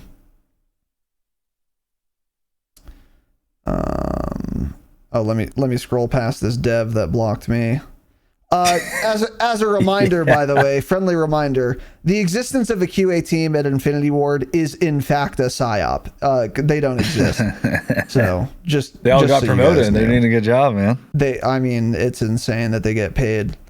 Okay, yeah, Dan Curtis, shout out to Danny boy. He said, listen to episode 307. The key to understanding spawns are that they are quadrant spawns. Okay.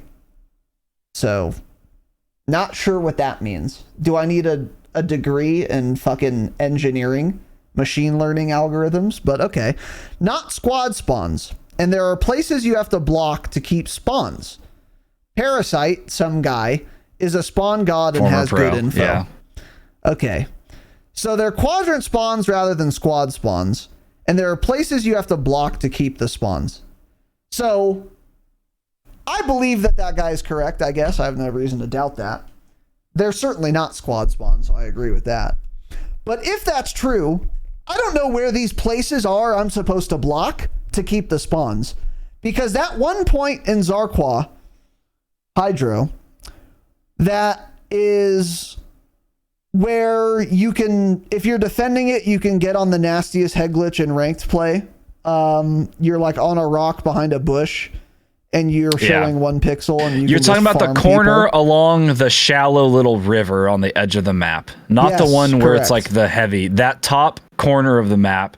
Correct. Yeah, where someone and it's random whether they hold that hard point or they don't, they spawn in that corner right there. Correct. Literally 15 meters away. Yes. So we tried, especially because it's most important to hold the spawns on that point.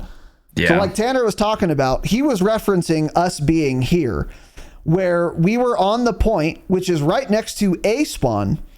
Not the letter A, I mean just one of the spawns. And we died and we spawned like 65 meters away. Like we were actively trying to block that spawn or be in the right place to block that spawn. It didn't work. So if it's that complicated to control spawns, then fix the spawns. I don't know what else to say. So that map is fucking miserable. And people, again, once we started climbing rating, people would sit in the water, tread water, and fuck my ass. I don't want to have to look in water in addition to all the other insane head glitches that are on that map. It's not good or fun. That's my least favorite. What are some honorable dislike mentions? Let's see. Hotel Hardpoint, dog shit also. Hotel's barely a good map. It's not a good map, actually. It's barely a decent map. I would say it's Hotel's decent. good in ranked play. I would say it's decent, barely. It's not a good map by any stretch of the imagination. And on Hardpoint, it is the worst because, again, there's one particular hardpoint, the one closest to the street, where with the insane head glitch on those stairs. And if you control that point, you may or may not, I guess. It tends to be the case. It tends to work as you would expect it to in this case. If you're on that point and you die, you'll just spawn on the street 15 meters from the point, and then you can just go onto the stairs again and be on the nastiest head glitch on the map and fuck people again. And it's very difficult to take that point on Hotel, which is stupid. If I'm playing Hardpoint, it shouldn't be impossible for me to take the point. Which leads me to another honorable mention, Mercado. There are 2 hardpoints in the same building. Get creative more. Be more creative, first of all. And they are on a building that is impossible to take. So once you have control of that, the first point is on the ground floor of that building, and once a team is in there, they you should just add 60 points to the scoreboard and move on, because you're not ever getting it back unless someone disconnects or gets hacked or DDoSed or there's a home invasion. And then like point 3 or 4 or whatever is the same fucking building upstairs. So it's unidentical as far as holding the point goes. So again, if you're not the first team on it, you lost 60 points. Congratulations. So there's 2 that are impossible to take. Catastrophically stupid, not fun. And beyond that, that map is actually okay for hardpoint. I think it's kind of fun. But the fact that 2 of the 2 separate hills are, first of all, in the same exact location and also impossible to break makes it tremendously less fun than it otherwise could be. And then those are definitely the worst ones. I also don't particularly like search on Fortress because A is the only bomb site. Yeah, there should not be 2 bomb sites on there shouldn't be. On Fortress. There should be B 1 bomb matter. site. Why would you ever go B? You spawn 20 meters from A and 70 from B. Yeah. Why would you ever go B? It makes no sense. That map makes no sense. The spawn, the bomb location, the bomb placement does not make any sense at all. That should simply not be a search map at all. It's ridiculous. Yeah. So the thing about that though is that since you attack and defend in equal proportion in search, I find that asymmetry less annoying than hardpoint. So it's like, yeah, we just all agree to always go A, but like I know the game, so like, okay, fine, whatever. Yeah. It's dumb, but it's not like, it doesn't feel completely absurd like the other examples. My favorites. My favorite game mode is Control. It's the most fun ranked play mode, easily. Because Search isn't fun. And Hardpoint is fun, can be, but you're at the whims of dogshit quadrant spawns, I guess. Shout out to Dan. Thanks, Dan. And also, a lot of the Hardpoint maps are dogshit. But Control, super fun game mode. Super fun game mode. Kills matter, but also objective matters too, kind of in equal proportion. And that's kind of a cute little balancing act to play. I think it's really fun. You can win even if you're down on lives. It'll very rarely happen, but it's possible. But also you can win by default because you're killing them so often. So there's both strategy on the objective and strategy in terms of like just outgunning people. It's really fun. And my favorite map for that is El Asilo, actually. Agreed. El Asilo Control's good. Yeah. Although all 3 maps are fun. Control. Albagra Fortress, fun. Greenberg Hotel for Control, fun. El Asilo Control, giga fun. So that's where I'm at. That's my absolute favorite. Interestingly, Tanner was telling me that Fortress Control is the most hated map mode combo in ranked play, according to the ranked play community. Possibly. There are literally people that say that is the worst map mode combination they've ever had in competitive Call of Duty. That's like people think it's that bad. Which is, you don't hear anything about Search, which is weird because they basically spawn you on the bomb site if you're attacking. So I don't know why they don't complain about that. But yeah, Control Fortress, we've played it a lot, and I guess they say attackers can never win on Control Fortress. I feel like we've won plenty of times, but again, your experience in ranked play is going to be a lot different than top 250 or in the CDL. But honestly, in like the ranks that we've played in ranked play, I feel like we've won attacking on Control on Fortress plenty of times. Honestly, they're talking about the flag. It's A. It's where the little truck or not the truck? Not the truck. Okay. Supposedly that's not possible to take if you're attacking, because I think it's because the defenders spawn right behind it constantly, which is an issue. We have noticed that before. Like, holy shit, they just keep spawning there. But I don't know. Once you take it over, it doesn't seem like it's that hard to control. So our experience is far different than what the CDL complains about, for sure. I had for those couple hours I was playing solo, I experienced why I think this is so hated, which is exactly what you just said. Here's what the game solo queue looked like, Fortress Control. Every time any team was defending, they won. And then it went to the tiebreaker. And the tiebreaker gives defense to whoever is capped more quadrants. Or segments, rather. Sector, I think they call it.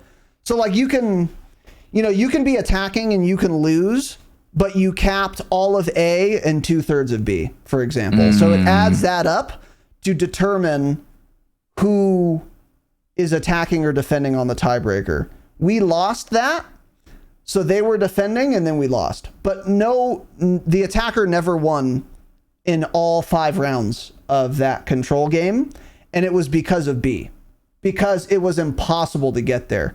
And if I was in really high elo, I can see it being literally impossible to take B. Because what happens is one guy will be on the head glitch on the stairs from their, like the stairs closest to their spawn, looking at the gallows, which is an insane head glitch. And then 1 or 2 people will go mid and look toward the statue from truck side. And it is very hard to rotate all the way past the statue in that open area when someone's looking at you from mid. In addition, someone can be, and often was, upstairs in the building looking at statue as well. So it's really fucking hard to get to B attacking. And like what would happen is every game, the attacking team would take A, and then it would be only B left, and then they would lose because they couldn't get there. Because it would be one guy in the window, 1 or 2 guys at mid on a box head glitch behind the truck, or by the truck rather, looking at statue, and then 1 or 2 guys in the building, either on the stairs looking at the gallows or in the building looking out the doors. And it was impossible to take B. Once you get really good, I can see it being literally impossible to take B. So it's like what I was saying about hardpoint, how their hardpoint play is totally different, constantly going back and forth in general of who controls it. Yeah. Yes, that's probably how control would be. Yeah, because it's always played fine for us. I've never really thought about like, oh shit, we're attacking, we won't even win. May as well just give up. I've never thought that about it yet. I've complained much more about Search Fortress than anything, because if you want to plant whatever bomb that is at Gallows A, you plant it A, and it's that you get it down every single time. It is that simple, yeah. You rush it and you get it down, B should not exist. Yeah, so that's an awful combination. Yeah. But I really like Embassy Search. No, not really. Okay. They don't like the game, I know that. Yeah. They always complain. They don't like Infinity Ward games for comp. What did you say about Embassy Search is fun because you can snipe on it pretty well. That's my favorite search map for sure. Yeah, and El Asilo came around from being one of my least favorite maps when the game launched to I think it plays pretty well in ranked in general. I think it's fine on search, and I think it's good on control as well. Probably the best control map, actually. Probably a little bit better than Hotel in my opinion. So yeah, I think Search Asilo is balanced too. Like it's very asymmetrical for the attacker playing Search Fortress because again you spawn on A. But like on Asilo and Embassy, I don't really have a preference for attacking or defending. I think they're both. I think like where the spawns versus the bombs are, it's pretty even. It's pretty like fair, you know. Yeah. Yep. I agree with you. Yeah. Yeah. So, anyway, anything else, buddy? No. All right. Well, that's it, pigs. Hope you guys enjoyed our thoughts on ranked. We may or may not talk about ranked more. I am leaning toward probably not going to be dedicating another episode to ranked for quite a while. We're going to be maybe next season when it all resets. Yeah, maybe next season. But then we're going to have Warzone ranked, so maybe not. But we hope you guys enjoyed this episode, and if you have some extra thoughts, as always, let us know. If you want to support the program, Patreon.com/thedropshot is the best way to do it. 5 bonus eps a month. We also have early access for all of our public episodes for all of our patrons, as well as ad-free episodes for all of our patrons. And there's some other benefits over there as well. So if you wanted to get those or just support the show, patreon.com/thedropshot is the best way to do it. You can go to our website at thedropshot.com to find a link to that if you wanted to do it that way. And you can find links to everything we have there. Our Discord, our Twitter, our Patreon, our YouTube, all that good shit. So we post our schedule every week, every Monday, and in Discord, on YouTube, and on Twitter. So if you wanted to stay abreast on the schedule, maybe catch a live stream, that's the spot to do it. Twitter or Discord. Join them both. So anyway, hope you guys enjoyed. Love you. Let us know what your thoughts are. We'll see you next week. Stay humble. Stay humble.